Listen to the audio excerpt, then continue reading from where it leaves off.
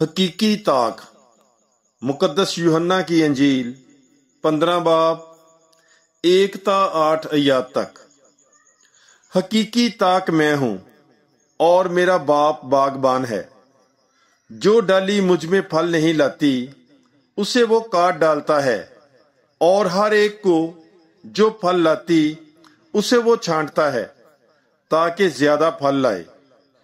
اب تم اس کلام کے سبب سے جو میں نے تم سے کیا ہے پاک ہو گئے ہو۔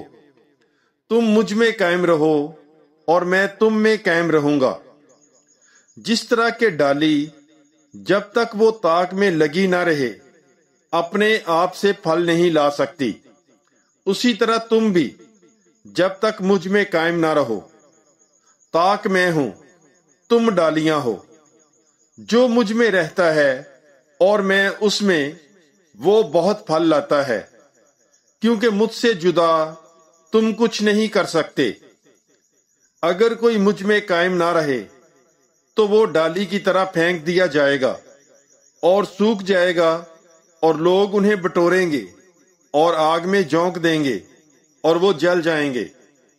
اگر تم مجھ میں رہو اور میری باتیں تم میں رہیں تو جو کچھ تم چاہتے ہو مانگو، وہ تمہارے لیے ہو جائے گا۔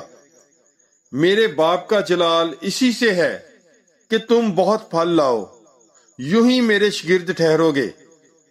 پاک کلام کے پڑھے اور سنے جانے پر خداوند کی برکت ہو، خدا کا شکر ہو۔